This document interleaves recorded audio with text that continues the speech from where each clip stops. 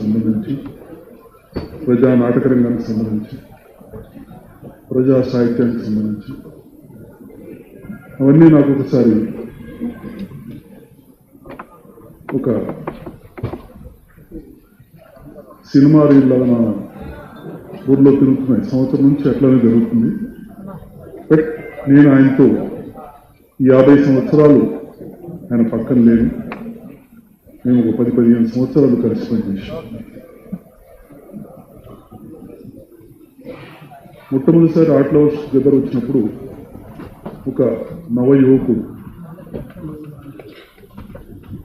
ఏదో చేయాలని ఆసక్తి కలిగిన వాడు, ప్రతిదీ తెలుసుకోవాలన్న జిజ్ఞాస కలిగిన వాడు. తర్వాత కాలంలో ఆయన ప్రజా కళాకారుడు ఎదిగి ప్రజల మన సేవ చేస్తున్న క్రమంలో తన కళతో ప్రజల్ని ఎంతగా ఆకట్టుకున్నాడు అన్నది ఇందాక మన భక్తులు మాట్లాడింది. కానీ గత 100 సంవత్సరం నుంచి మనం అతని గురించి అందరూ తలపోసుకోవడం అన్న విషయం గమనిస్తే ఒక కథాపురుషుడు గద్దర్ అనిపిస్తుంది. అయితే 1981లో నేను 4వసారి గద్దర్ పుస్తకాన్ని ఎడిట్ చేసినప్పుడు నేను దానికి ముందు మాట రాశాను. అట్లాగే ఇంకొక ముందు మాట కోసం నేను కేవీ రామారెడ్డి గారికి పంపించాను, మీరు రాయండి. నేను రాసింది ఒక 8-7 పేజెస్ ఉంటుంది. ఆయన దాదాపు 10-12 పేజీల ముందు మాట రాశారు 1981లో. ఆ ఆర్టికల్లోనే అతను రాసిన ముందు మాటలోనే ఒక మాట ఏమన్నాడంటే, గద్దర్ ఈజ్ ఎ లెజెండ్ అన్నాడు.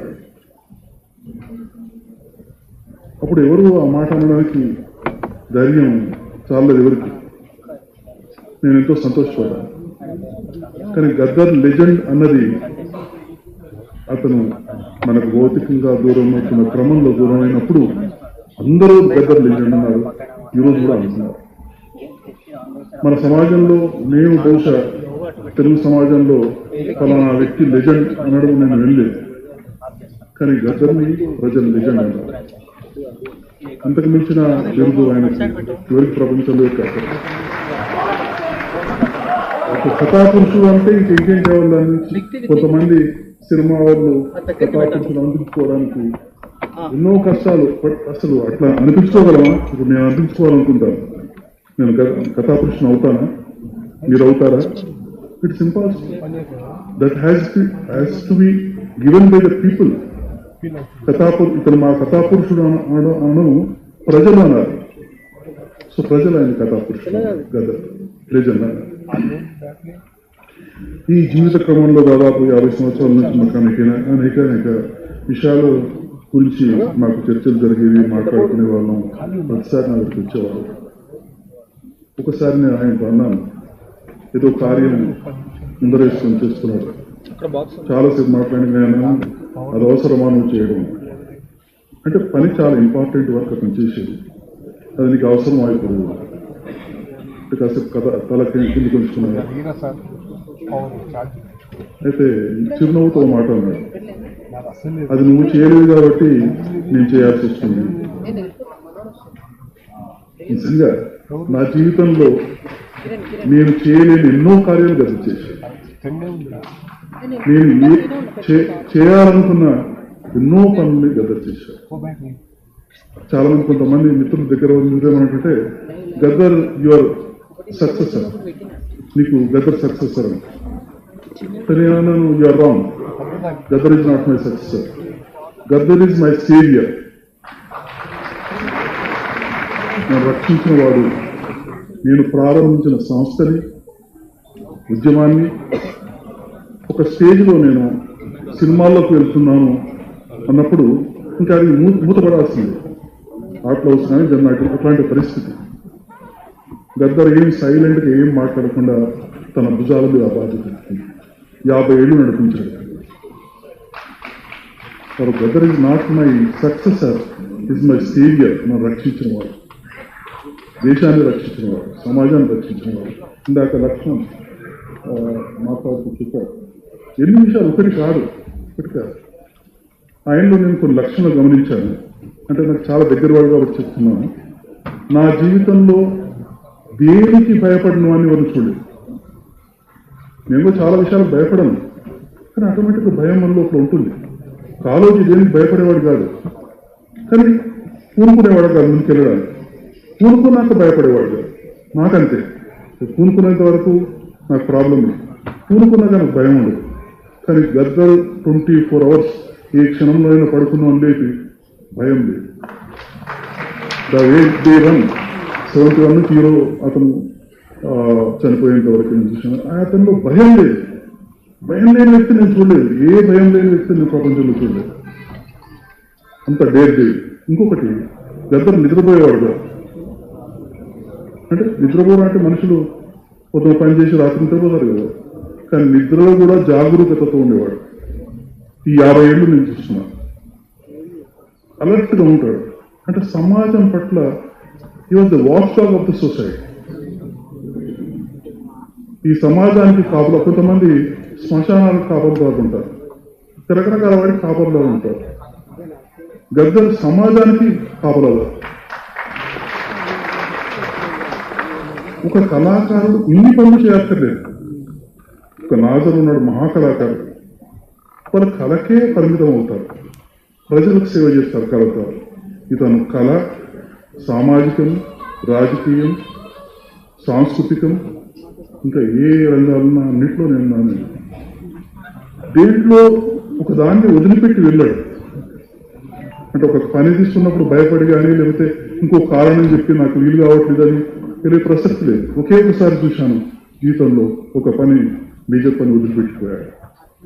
అది తన పత్రికల్లో ఇంటర్వ్యూలో చెప్పుకున్నాడు నవ్వుతూ. అంటే ఆయనకు ఎంత సీరియస్ వర్క్ చేసినా కానీ నవ్వుతూ నవ్వుతూ గడిచిపోతుంది జీవితం. భయం లేదు, అనుకున్న టార్గెట్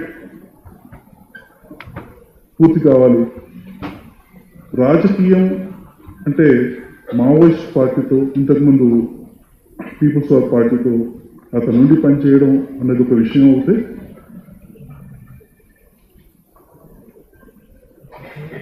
ప్రపంచంలో ఇంకా కొంతమంది వక్తలు ఆల్రెడీ చెప్పారు. ఇందాక మన చిక్కుడు ప్రభాకర్ లాంటి చాలామంది, సిద్ధారెడ్డి చాలామంది చెప్పారు. మనం నారాయణ అన్నారు. నారాయణ అతని జీవితంలో జరిగిన లాస్ట్ చివరి మలుపు మాత్రమే మనం భూతద్దంలో చూసి గద్దర్ అట్లుండేవాడు, ఇట్లా అయ్యాడు, మళ్ళీ ఇట్లా అయ్యాడు అని విమర్శించడం కరెక్ట్ కాదు. అది కరెక్ట్ కాదు. గద్దర్ని అని కేవలం అంచనా వేయడానికి ఈరోజు వీలవుతుందా మనకి? ఏ మనిషి అయినా అతను గతించిపోయినాక ఒక 15 years పడుతుంది అంచనా వేయడానికి. శవయాత్ర పోతున్నప్పుడు రెండే మాట్లాడుతుంటారు. ఒకటి, ఆయన మహారాజు ఉండే అంటే చాలా మంచి, లేదంటే వాడ కరకోట కూడా ఉంది, మెల్లగా మాట్లాడు. అది అక్కడే ప్రోగ్రెస్ కోర్టు బయటపడిపోతుంది డ్రామాలోనే ఇక్కడ. కానీ ఒక మనిషిని అంచనా వేయడానికి ఒక 15 సంవత్సరాలు ఒక్కరోజు అంత జీవితం గడిపిన ఒక మనిషిని అంచనా ఎవరో మనం ఇష్టం వచ్చిన కామెంట్ చేస్తుంటాం, అది వేరే విషయం. కాబట్టి గద్దర్ అన్న ఒక పేరు సర్వనామం. అంటే నాకు చాలా దగ్గర వాడు మన సూర్య తండ్రి వేములకి లేదు.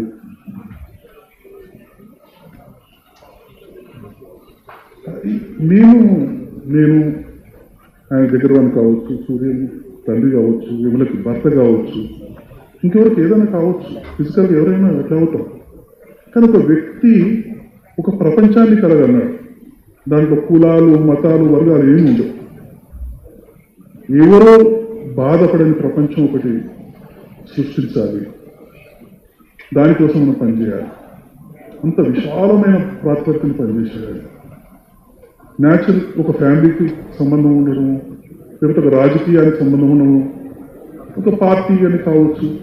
బట్ దాన్ని మించి అతని పాటలు చూడండి. ఇందాక ఇంకెవరు చెప్పారు, మన బహుశా చిక్కుడు ప్రభాకర్ కానీ లేకపోతే మన ఎవరు చూశారు, అతని రాయని సబ్జెక్ట్ లేదు, అతని దృష్టి నుంచి తప్పించుకోగలిగిన సబ్జెక్టు ఏది లేదు. ఓసారి పాట రాసిచ్చారు, ఏలరో ఈ మాదిగ బతుకు గుర్తుకుంట మీద దొరకదు రో మెతుకు అని. అది నేను ఎడిట్ చేస్తూ అడిగాను, ఏంటి కథాకమావేశం ఏం లేదు ఆయనది సూపర్. నేను ప్రజ్ఞాపూర్లో పుట్టాను, కానీ అల్వాలో పెట్టాను, ఒకటే ప్రాంతం అది. గజ్వేల్ వెళ్ళాను, నాకు ఒక సర్టిఫికెట్ అవసరం ఉంది, ఎస్సీ అని ఒక సర్టిఫికెట్ కావాలి.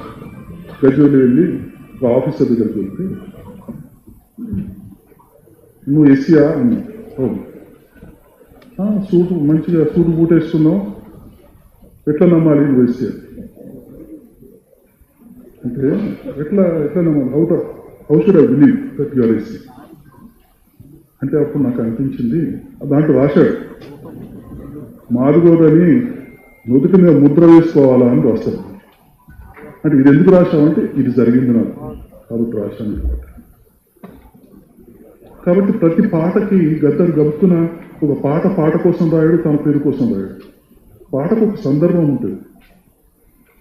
ఇతను 2 రోజులు కనిపించకపోతే ఎక్కడ పోతున్నాడు, తలలో పాట పట్టుకుని వస్తాడు. ఆ 2-3 రోజులు ఆ పాట గురించి దిగుతున్నాడు, పిచ్చోళ్ళ దిగుతుంటాడు. సో కాబట్టి it was a phenomenal. Thank you very much. ఇది మాట్లాడుతున్నాను.